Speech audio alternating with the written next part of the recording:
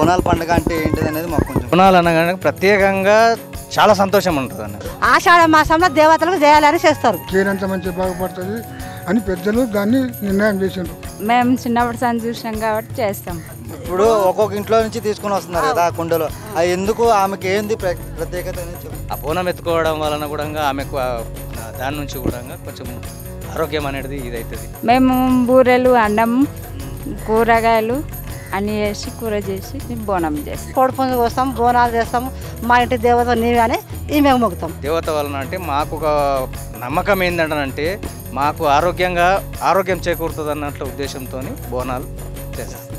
అమ్మవారు చాలా మంది ఉన్నారు కదా, అమ్మవారి ప్రత్యేకత ఏంటిది? మామూలుగా ఒక్కొక్క పండుగ ఉంటుంది కదా అమ్మవారు, ఏంటి చెప్తారు? ఒకటి ఆమెకు ఇప్పుడు ఒక దేవునికి కానీ ఒక టెంకాయ కొడతారా, పిల్లలకు చిన్న చిన్న పిల్లలకు మాత వస్తుంది, చిన్నలకు పెద్దలకు ఎవరికి వచ్చినా అప్పుడు మేము మొక్కుతాం అనుకో, జ్యోతి మోస్తాము, పరుపు మీద నడిపిస్తాం. ఇవన్నీ మొక్కటందుకు ఆమెకు అట్లా చేస్తాం. ఎట్లా మొక్కుతామంటే కొంచెం మా పిల్లలకు మంచిగా అయితే మేము పువ్వులు చేపిస్తాము, గండ జ్యోతి మోస్తాము, పరుపు మీద నడిపిస్తాం. ఇవన్నీ మొక్కటందుకు ఆమెకు అట్లా చేస్తాం. మా శ్యామ చేసేటప్పుడు కోడి పుంజు కోస్తాం, బోనాలు చేస్తాము.